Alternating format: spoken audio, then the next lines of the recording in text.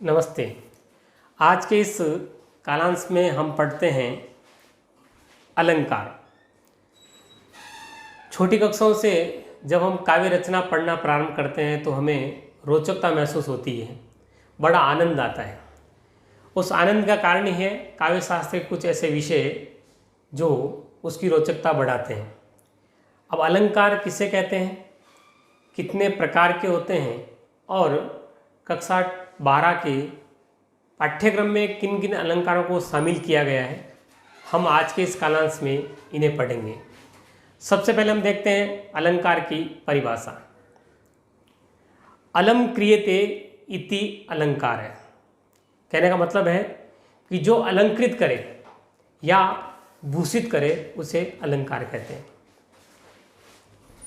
अब काव्य की दृष्टि से देखें तो मालूम चलता है कि काव्य के सौंदर्य को बढ़ाने वाला जो भी तत्व होता है वह अलंकार कहलाता है।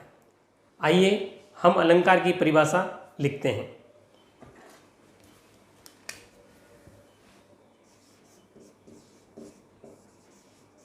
परिभाषा। अलम क्रियते इति अलंकार।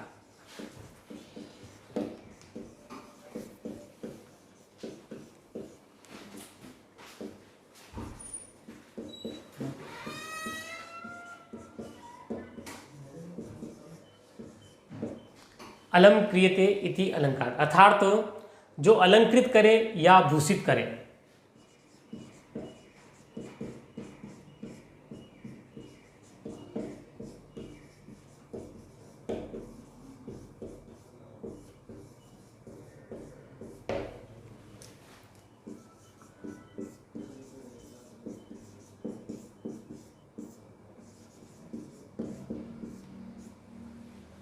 अलम क्रियते इति अलंकार समझ में आया होगा। जो अलंकृत करे या भूषित करे शोभायमान देवे। अब आगे हम लिख सकते हैं उसे अलंकार कहते हैं। उसे अलंकार कहते हैं।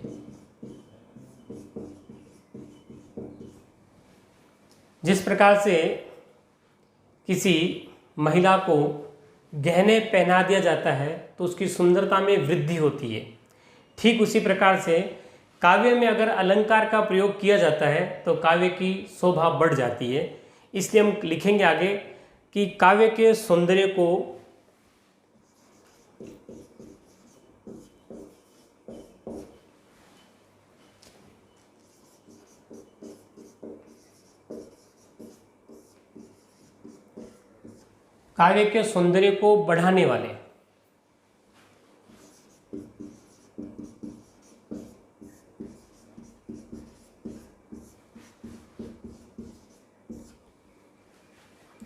बढ़ाने वाले तत्व अलंकार कहलाते हैं।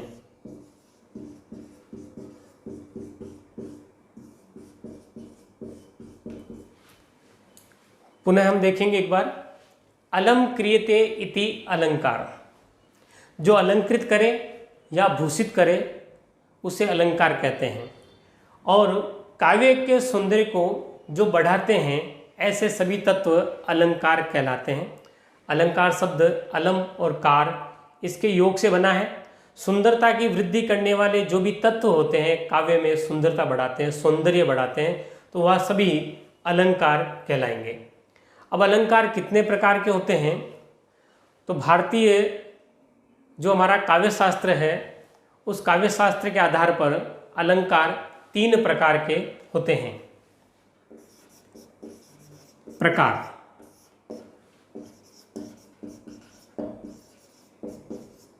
अलंकार 3 प्रकार के होते हैं। कौन कौन से? क्रमांक 1 शब्दालंकार। जहां शब्द में सौंदर्य हो, चमत्कार हो, वहां शब्दालंकार। दूसरा है अर्थालंकार। जहाँ अर्थ के अंदर चमत्कार होगा वहाँ अर्थालंकार। और तीसरा है उभयालंकार। उभय, सबको जानकारी है, उभय का अर्थ होता है दोनों। तो जहां शब्द में और अर्थ दोनों शामिल होते हैं ऐसे अलंकार कहलाएंगे उभय अलंकार। कक्षा 12 के पाठ्यक्रम में शब्दालंकार और अर्थालंकार के विषय दिए गए हैं। शब्दालंकार कौन कौन से? शब्दालंकार में आएगा अनुप्रास,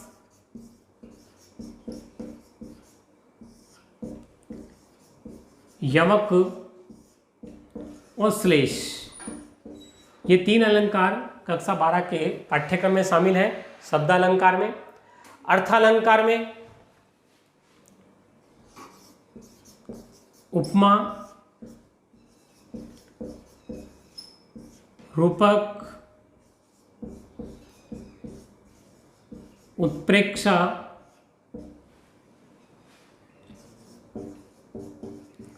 उदाहरण व विरोधाभास।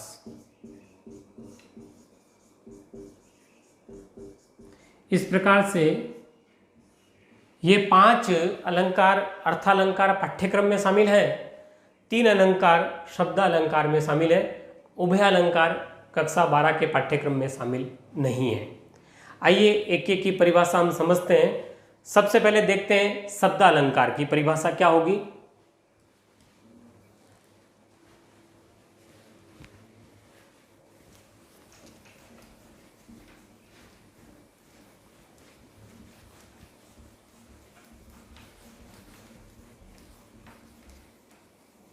शब्द में जो चमत्कार है वह शब्दालंकार कहलाएगा।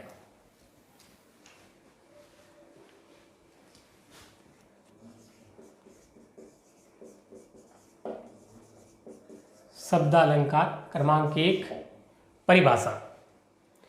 जब अलंकार का चमत्कार, परिभाषा लिखेंगे सभी।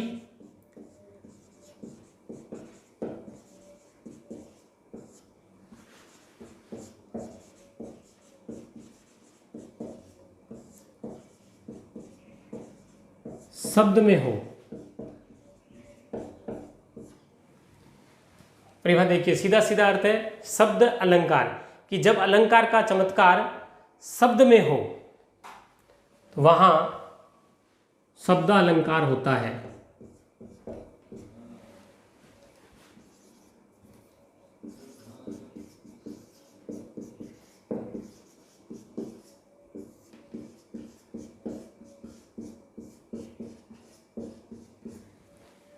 जब अलंकार का चमत्कार शब्द में हो, शब्द के अंदर निहित होता है, वहां शब्दालंकार होता है। अर्थात अगर हम शब्द बदल देते हैं तो चमत्कार गायब हो जाएगा। इसलिए शब्द अनिवार्य है, शब्द वही रहने चाहिए। इसलिए शब्द के अंदर जो निहित चमत्कार है वही शब्दालंकार कहलाएगा। दूसरा क्रमांक पे हमने पढ़ा था अर्थालंकार।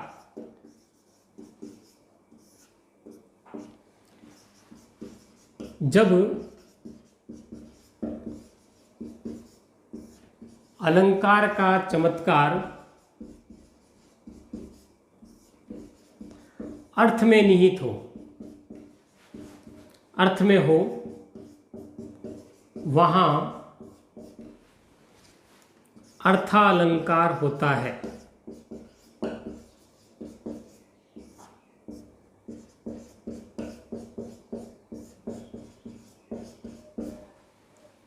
जब अलंकार का चमत्कार अर्थ में हो वहाँ अर्थालंकार होता है। तीसरा जो प्रकार है अलंकार का वह है उभयालंकार।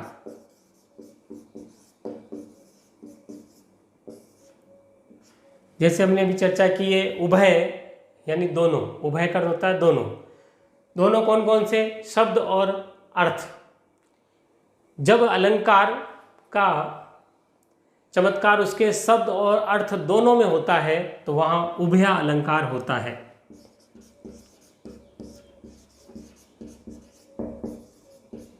जब अलंकार का चमत्कार शब्द और अर्थ दोनों में निहित होता है,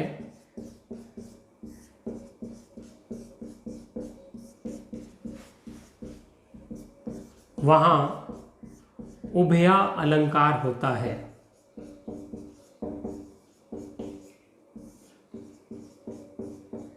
परिभाषाएं सबको समझ में आई होगी।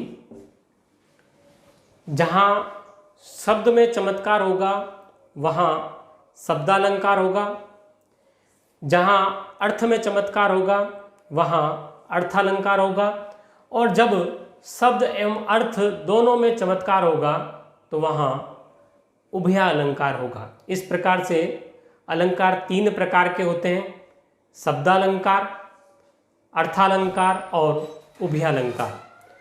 आइए हमारे पाठ्यक्रम में शामिल सबसे जो पहला अलंकार है अनुप्रास अलंकार, शब्दालंकार का एक प्रकार, वह पढ़ते हैं।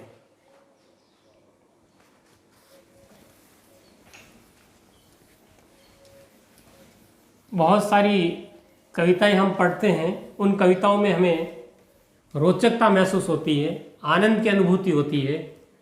लगभग सभी कविताओं में यह अनुप्रास अलंकार पाया जाता है। हम देखते हैं अपने पाठ्यक्रम में शामिल सबसे पहला अलंकार, जिसका नाम है अनुप्रास अलंकार।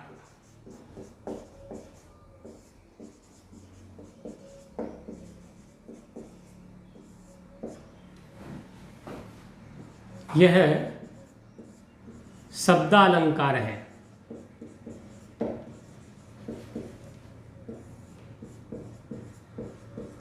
आपको सबको समझ में आ गया होगा, शब्दालंकार है अर्थात इसके शब्द में चमत्कार है, इसलिए ये शब्दालंकार है।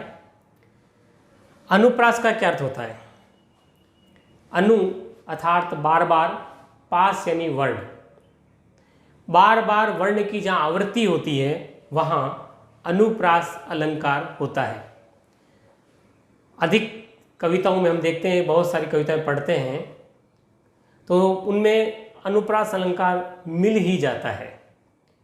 इसे ध्यान करेंगे, जहाँ वर्ण की बार बार आवृत्ति हो रही है, 2 या 2 से अधिक बार आवृत्ति हो रही है वर्ण की, वहाँ अनुप्रास अलंकार होता है। आइए परिभाषा लिखते हैं।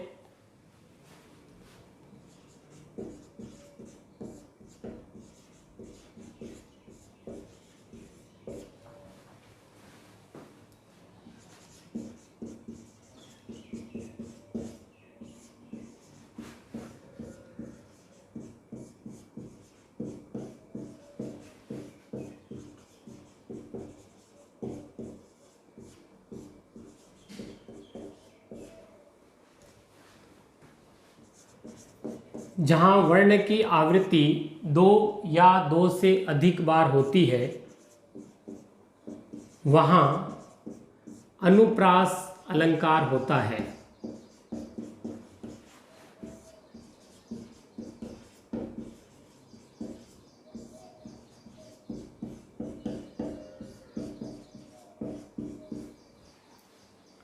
जहाँ वर्ण की आवृत्ति 2 या 2 से अधिक बार होती है वहाँ अनुप्रास अलंकार होता है।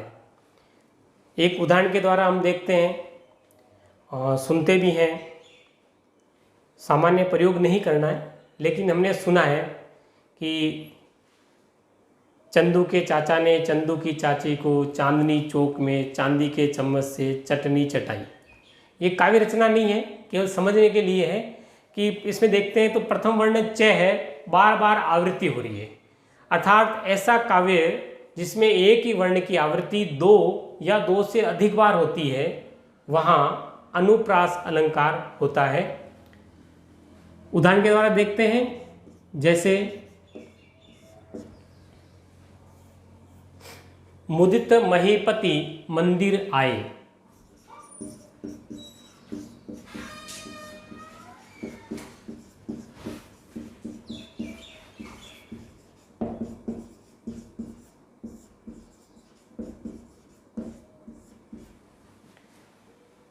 मुदित महीपति मंदिर आए, मुदित महीपति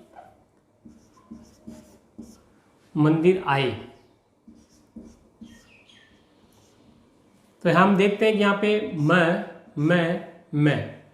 मैं वर्ण की बार बार आवृत्ति हो रही है, दो से अधिक बार मैं वर्ण आया है। जब दो से अधिक बार कोई भी वर्ण की आवृत्ति होती है तो वहां अलंकार अनुप्रास अलंकार होगा। अनुप्रास अलंकार के कुछ भेद भी हैं, आइए हम उन भेदों को देखते हैं। अनुप्रास अलंकार के भेद,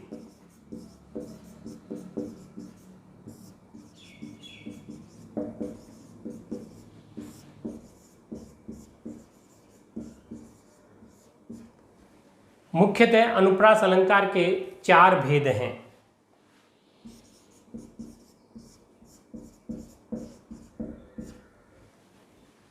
अनुप्रास अलंकार के 4 भेद हैं। क्रमांक 1, सबसे पहले हम शुरू करते हैं छेका अनुप्रास।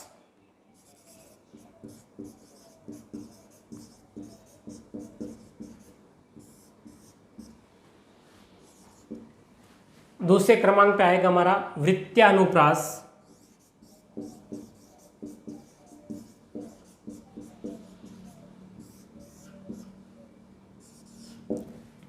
क्रमांक 3 पे आता है श्रुत्यानुप्रास।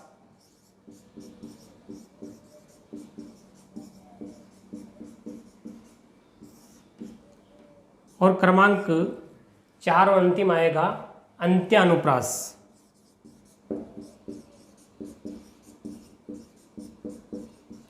इस प्रकार से हम देखते हैं अनुप्रास अलंकार के 4 प्रकार हैं, छेकानुप्रास, वृत्त्यानुप्रास, श्रुत्यानुप्रास और अंत्यानुप्रास।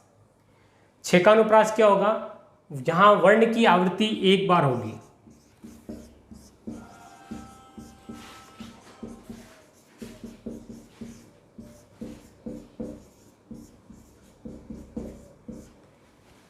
जहां वर्ण की आवृत्ति एक बार। वृत्त्यानुप्रास जहां एक या अनेक वर्णों की आवृत्ति होती है।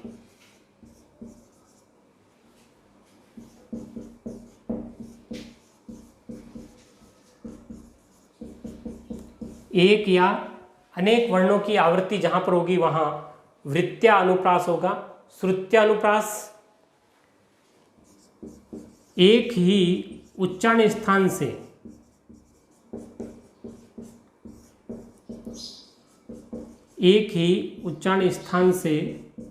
उच्चरित वर्णों की आवृत्ति।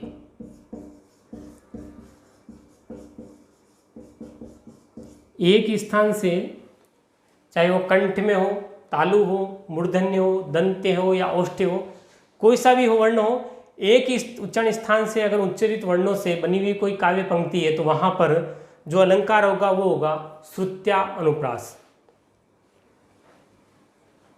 अंतिम है अंत्यानुप्रास। जब काव्य में तुकांतता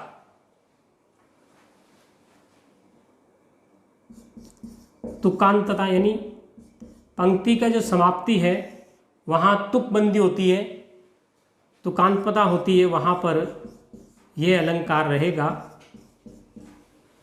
जिसका नाम है अंत्यानुप्रास। इस प्रकार हम देखते हैं कि अनुप्रास अलंकार के 4 प्रकार हैं, छेकानुप्रास, वृत्त्यानुप्रास, श्रुत्यानुप्रास और अंत्यानुप्रास। छेकानुप्रास जहाँ वर्ण की आवृत्ति एक बार होती है। वृत्त्यानुप्रास जहाँ एक या अनेक वर्णों की आवृत्ति होती रहती है। श्रुत्यानुप्रास जहाँ एक ही उच्चारण स्थान से उच्चरित वर्णों की आवृत्ति होती है। अंत्यानुप्रास अर्थात जब काव्य में तुकांता यानी पंक्ति एक ही तुक से मिलती है, जो इस पंक्ति में समाप्त हो रही है ध्वनि, वही अगली पंक्ति में भी वही ध्वनि आती है। इस प्रकार से अनुप्रास अलंकार के 4 भेद हो गए। आइए देखते हैं चारों अलंकारों का एक एक उदाहरण।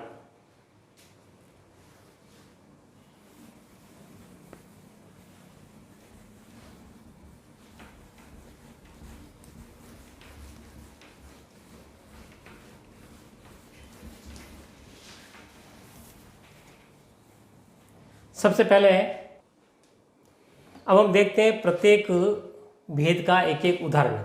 सबसे पहले छेकानुप्रास। छेकानुप्रास का उदाहरण हम लिखेंगे। भगवान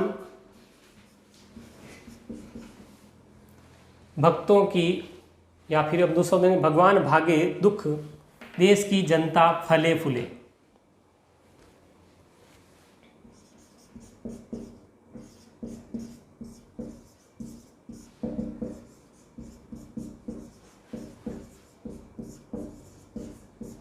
देश की जनता फूले फले।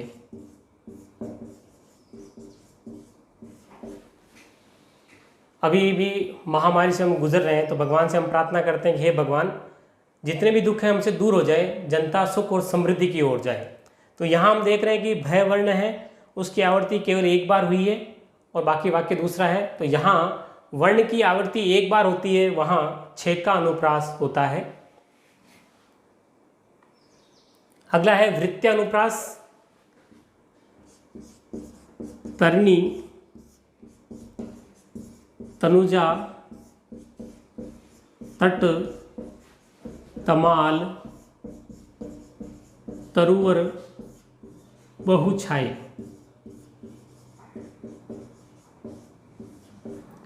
तरनी, तनुजा, तट, तमाल, तरुवर, बहुछाई, अर्थात जहाँ एक या अनेक वर्णों की बार बार आवृत्ति होती है। तो हम यहाँ देखते हैं त त त त त वर्ण की आवृत्ति बार बार हो रही है। तो यहाँ पर जो अलंकार है वो है वृत्त्या अनुप्रास अलंकार। अगला तीसरा प्रकार है श्रुत्या अनुप्रास। जहाँ एक ही उच्चारण स्थान से उच्चरित होने वाले वर्णों की आवृत्ति होती है, वहाँ श्रुत्या अनुप्रास होता है। दिनांत था, दिन का अंत था। थे दिन नाथ डूबते, थे दिन नाथ डूबते। हम देखते हैं कि तय वर्ण की आवृत्ति है, यहाँ पे तय वर्ग ही चल रहा है। एक स्थान से उच्चरित वर्णों की आवृत्ति बार बार हो रही है, इसलिए यहाँ पर श्रुत्या अनुप्रास है। और अंतिम है अंत्य अनुप्रास, जहाँ काव्य की जो छंद की पंक्ति है वो तुकांतता से बनती है। बहुत प्रसिद्ध एक चौपाई है और अभी हम सुन भी रहे हैं। रघुकुल रीति सदा चली आई,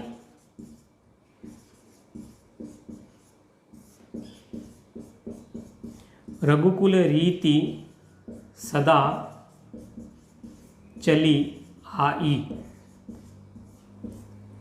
हम देखा प्रथम पंक्ति जो समाप्त हो रही है वो ई पे है, तो अगली जो पंक्ति आएगी वो भी ई से आएगी। प्राण जाए पर वचन न जाई,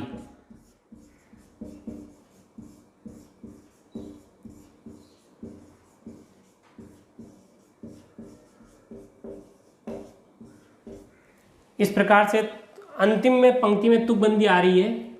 तो जहां अंत में तुकबंदी आएगी वहां जो अलंकार होगा वो कहलाएगा अंत्य अनुप्रास। इस प्रकार से हमने देखा कि जहां वर्ण की आवृत्ति दो या दो से अधिक बार होती है वो अनुप्रास अलंकार कहलाएगा। अनुप्रास अलंकार के चार प्रकार हैं: छेकानुप्रास, वृत्त्यानुप्रास, श्रुत्यानुप्रास और अंत्यानुप्रास। छेकानुप्रास जहां एक ही वर्ण की आवृत्ति होती है, वृत्त्यानुप्रास जहां एक या अधिक वर्णों की आवृत्ति बार बार होगी, श्रुत्यानुप्रास जहां एक ही स्थान से उच्चरित वर्णों की आवृत्ति होती है, और अंत्यानुप्रास जहां काव्य में अंत में तुकबंदी आती है वह अंत्यानुप्रास कहलाएगा। इस प्रकार से हमारे पाठ्यक्रम में शामिल पहला जो अलंकार है अनुप्रास अलंकार वह पूर्ण होता है। आइए हम चलते हैं दूसरे अलंकार की ओर जिसका नाम है यमक अलंकार।